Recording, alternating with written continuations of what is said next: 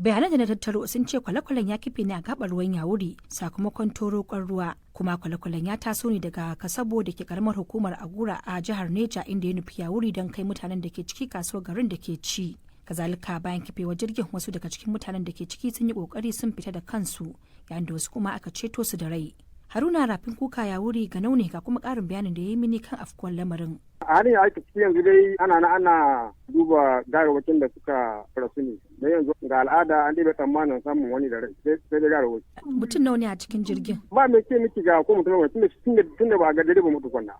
Direba da ke da wannan hakki na ya gama duniya cewa ga abin da ko mutum ne ya ɗauko. Amma an ba da ce miki ga ko mutum nawa ne. Shi direban yana daga cikin waɗanda suka kife a cikin jirgin ruwa? Yana cikin wanda suka kife, amma an ce ba ma an ce ana ganin kamar shi dai ya tsira insha Allah. Tun yaushe aka fara aikin ceto? Sun ji ake wani aikin yanzu nan. Yanzu ai ceto ya kare, yanzu ana neman gawawaki ne. Akwai waɗanda aka fito da su da ransu? Tun jiya wayanda aka fita an fitar da su. Da rai? Da rai bai wasu kuma su iya ninkaya sai suka fita. A kiyasi da aka iya kiyastawa kamar sun kai mutum nawa da waɗanda suka fito da ransu? Bai kiyastawa. Su waɗanda suka fito din ba su ce muku ga iya adadin waɗanda suke cikin jirgin ruwan ba? Direba ne kawai zai cewa ga adadin abin da ya ɗauki. Kawo yanzu dai an zakulo gawawaki 4 daga cikin ruwan, kamar yadda shugaban karamar hukumar Bala Muhammad Gagga ya shaida mini. Halin da ake ciki yanzu nan mun dai tono gawa 4. Kuna da kiyasin adadin mutanen da ke cikin wannan kwale-kwale?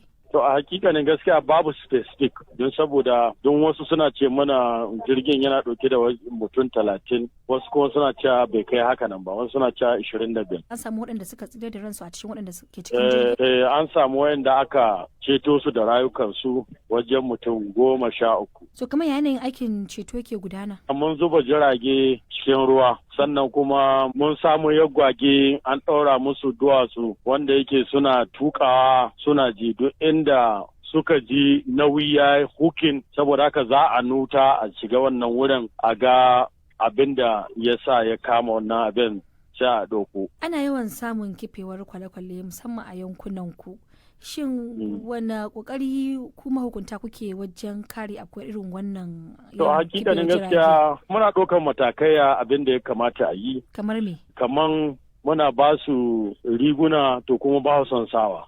Muna gaya musu da cewa a bayyin overloading, to duk wayannan ana yi musu wayannan maganganu amma gaskiya ba ji suke yi ba gaskiya. Shin ba ku da wani hukunci da kuke cewa za ku yi ga duk wanda ya saba waɗannan ka'idoji? Shi muke son a zanna a yi gaskiya, domin magana na baki ba zai yi ba, dole sai an ɗauki mataki kwakwara. Kifewar kwale-kwale a Najeriya dai ta zama ruwan dare gama duniya, kuma ana alakanta irin wannan kifewar akan yawaita mutane da kaya a cikin jirgi guda da kuma rashin kiyaye ka'idojin da suka kamata. Aisha Sharif Babba, BBC Hausa, a Abuja, Najeriya.